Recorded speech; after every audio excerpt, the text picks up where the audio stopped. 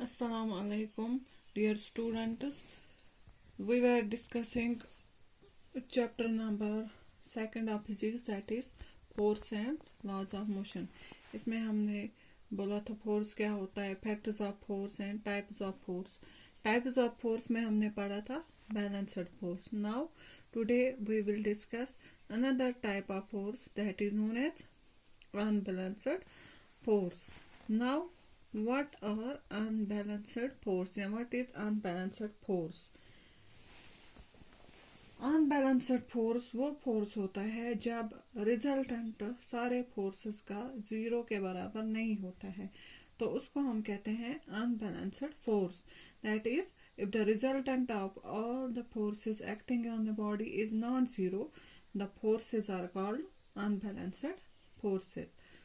देखो for example, अगर एक बॉडी है हमारे पास, उस पर 4 फोर्सेस एक्ट करते हैं, लेकिन अब ये जो चारों फोर्सेस है ये एक दूसरे को कैंसल नहीं करेंगे, तो वहां पे जो रिजल्टेंट होगा उनका that will not be equal to zero, तो उन्हीं को हम कहते हैं अनबैलेंस्ड फोर्स. जब भी अनबैलेंस्ड फोर्स एक्ट करता है एक बॉडी पे, तो वहां पे वो प्रोड्यूस करता है चेंज करता है क्या, in it state of rest और ऑफ यूनिफॉर्म मोशन. अगर बॉडी रेस्ट में होगी तो वो उसको अनबैलेंस्ड फोर्स जब उस पर अप्लाई करेंगे तो वो चेंज हो जाएगा, अपनी स्टेट चेंज करेगा. इसी तरह अगर बॉडी मोशन में है तो वहां पे भी वो ड्यू टू अनबैलेंस्ड फोर्स अपनी स्टेट चेंज करेगा और रेस्ट में आएगा. फॉर एग्जाम्पल, इसको हम ऐसे एक एग्जाम्पल के साथ समझाएंगे. We are having this box lying on a table. जैसे मैंने आपको परसों भी ये एग्जांपल दी थी, वहां पे हमने हैवी बॉक्स लिया था. यहाँ पे आप कोई भी बॉक्स ले सकते हो, चाहे हैवी बॉक्स लो या स्मॉल बॉक्स आप लीजिए. यहाँ पे टेबल पे इस पे 4 फोर्सेस एक्ट करेंगे, यहाँ पे भी 4 फोर्सेस एक्ट करेंगे. एक तो होगा यहाँ से force of gravity due to the weight of this box, और यहाँ से होगा force of reaction exerted by this table. यहाँ से होगा फोर्स ऑफ पुश अगर हम करेंगे, यहाँ से आएगा फोर्स ऑफ फ्रिक्शन. नाउ देखो यहाँ पे क्या होता है. यहाँ पे अगर हम फोर्स लगाएंगे, फोर्स ऑफ पुश 120 न्यूटन, ठीक है, लेकिन यहाँ से जो फोर्स ऑफ फ्रिक्शन होगा वो ओनली होगा इक्वल टू 60 न्यूटन. तो अब मुझे बताए, यहाँ पे जो ये बॉक्स होगा ये क्या करेगा, ये अब मूव करेगा, ये डिस्प्लेस हो जाएगा अपनी पोजीशन से. क्योंकि यहाँ पे जो F1 है force of push that is greater than force F2 that is force of friction, और ये दो जो फोर्सेस है, force of gravity and force of reaction, ये इक्वल होते हैं, दैट इज वाई ये कैंसल हो जाएंगे. लेकिन यहाँ से हम बॉडी को अगर देखेंगे ये अब डिस्प्लेस हो जाएगा क्योंकि F1 is greater than F2. Now what can unbalanced forces do? हमने कहा कि unbalanced force state change करता है एक बॉडी का. Unbalanced forces can do the following. That is, एक तो ये मूव करेगा स्टेशनरी ऑब्जेक्ट को. फॉर एग्जाम्पल, इसको हम ऐसे समझाएंगे.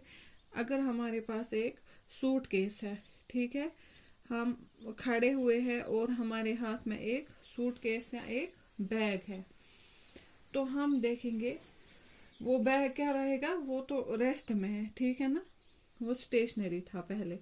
लेकिन अब अगर हम इस बैग को ड्रॉप करेंगे तो इस पे क्या आएगा, इस पे आएगा अनबैलेंस्ड फोर्स ऑफ ग्रेविटी, ठीक है. तो ये क्या करेगा, ये अब गिर जाएगा कहाँ पे, ये ग्राउंड पे गिर जाएगा due to that unbalanced force of gravity, ठीक है. तो इस एग्जांपल से हम ये समझा सकते हैं कि unbalanced force can move a stationary object. इसी तरह हम कहेंगे कि ये अनबैलेंस्ड फोर्स जो है ये it can increase the speed of a moving object और it can decrease the speed of moving object. That is, हम ये बता सकते हैं कि जो अनबैलेंस्ड फोर्स है ये चेंज कर सकता है स्पीड, ऑफ ऑब्जेक्ट, या तो कम कर सकता है या ज्यादा। फॉर एग्जाम्पल अगर हम देखेंगे ये कैसे डिक्रीज करता है स्पीड ऑफ मूविंग ऑब्जेक्ट। जब हम एक साइकिल को पैडलिंग करते हैं, ठीक है, लेकिन if we stop pedalling a moving bicycle, अगर हम एक बाइसिकल को स्टॉप करेंगे पैडल देना, तो वहां पे क्या हो जाएगा, वो साइकिल स्लो डाउन, उसकी स्पीड स्लो डाउन हो जाएगी and finally comes to a stop. क्यों? क्योंकि वहां पे भी एक अनबैलेंस्ड फोर्स उस पर एक्ट करता है, that is known as unbalanced force of action. तो हम ये कह सकते हैं कि इस एग्जाम्पल से हम ये कह सकते हैं कि अनबैलेंस्ड फोर्स क्या करता है, डिक्रीज करता है speed of a moving object. इसी तरह ये इंक्रीज भी कर सकता है speed of a moving object. अगर हम एक कार्ट लेंगे, ठीक है, और उसको पुश करेंगे, तो ये कॉन्स्टेंटली क्या आएगा, मोशन में। क्यों? बिकॉज वहां पे भी because N unbalanced force of friction opposite it motion और टाइम। तो वहां पे भी तो हमने कहा कि इंक्रीज कैसे होगी स्पीड ऑफ मूविंग ऑब्जेक्ट। अगर हमें एक कार्ट को कॉन्स्टेंटली मूव करना है, तो हमें उसको कॉन्स्टेंटली क्या करना है, पुश करना है, ठीक है। तो वहां पे वो force of unbalanced force of friction को ओवरकम करेगा। इसी तरह हमने कहा कि unbalanced force can stop A moving object. Unbalanced force जो है ये एक मूविंग ऑब्जेक्ट को स्टॉप भी कर सकता है। फॉर एग्जाम्पल इसकी एग्जाम्पल है, अगर हम एक बॉल देखेंगे, ठीक है, रोलिंग ऑन द ग्राउंड, एक बॉल है, तो वो लेकिन फाइनली आफ्टर सम टाइम वो आती है रेस्ट में। क्यों आती है रेस्ट में? बिकॉज वहां पे भी उस पर एक्ट करता है अनबैलेंस्ड फोर्स ऑफ फ्रिक्शन, ठीक है, ओके। इसी तरह unbalanced force can also change the shape and size of an object. तो हम ये कह सकते हैं कि जब भी हम फोर्स की बात करेंगे, जब भी एक फोर्स एक्ट होता है किस पे, बॉडी पे, तो हमेशा हमें याद रखना है कि जब भी हम फोर्स की बात करेंगे it usually means N unbalanced force. तो फोर्स बेसिकली क्या होता है, जब भी हम फोर्स की बात करेंगे, जब भी हम फोर्स अप्लाई करेंगे किसी ऑब्जेक्ट पे, तो वहां पे हम डेफिनेटली किसकी बात कर रहे होंगे, that is a unbalanced force.